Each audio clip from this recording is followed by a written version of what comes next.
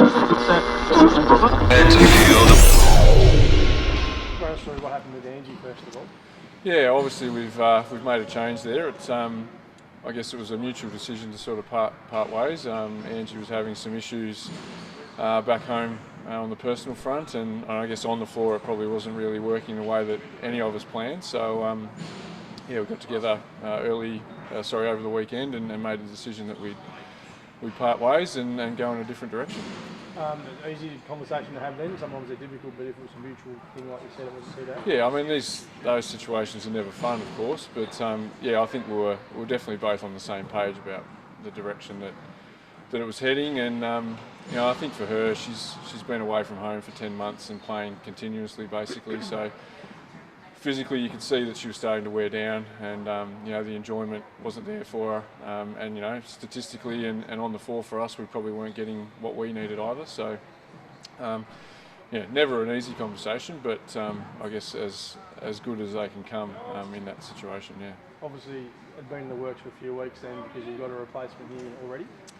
Yeah. So the situation, I guess, with that is that the Corey we had actually signed earlier in the year, and there was a bit of a mix-up with her availability, so that sort of fell through. So essentially, once we'd made the decision that Angie was going to leave, we were able to basically just enact that existing contract. So it was pretty seamless, and the timing worked out quite well. So yeah, it's I guess a good situation out of a bad sort of thing. Yeah.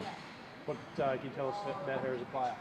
Yes, she's a bit more of a dynamic scorer, which is kind of what we're looking for at the moment, to try and make us a little bit more potent offensively. Good athleticism and good perimeter shooting, and really active defensively as well. So obviously a different player to what Angie brought in terms of that European style and the hard edge that she brought.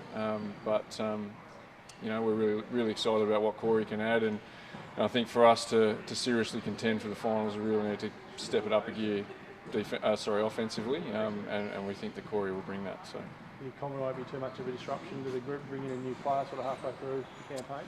Oh, look, that's always a risk. But I think you know, the type of person that Corey is, very humble and has already settled in quite well and got amongst the group. I think we'll be able to handle it pretty well. Finals still to go then? Yeah, absolutely. I think we're currently sitting 12th, even though we dropped the game on Friday night. The results went our way, so it sort of kept us basically exactly where we were before that loss. So obviously a big weekend this weekend against Frankston and Ringwood, and we're sitting 5 and 7. I think 3 games off 4th spot. So looking to really get 2 games this weekend and put us 7 and 7, and look to really bounce away after the break.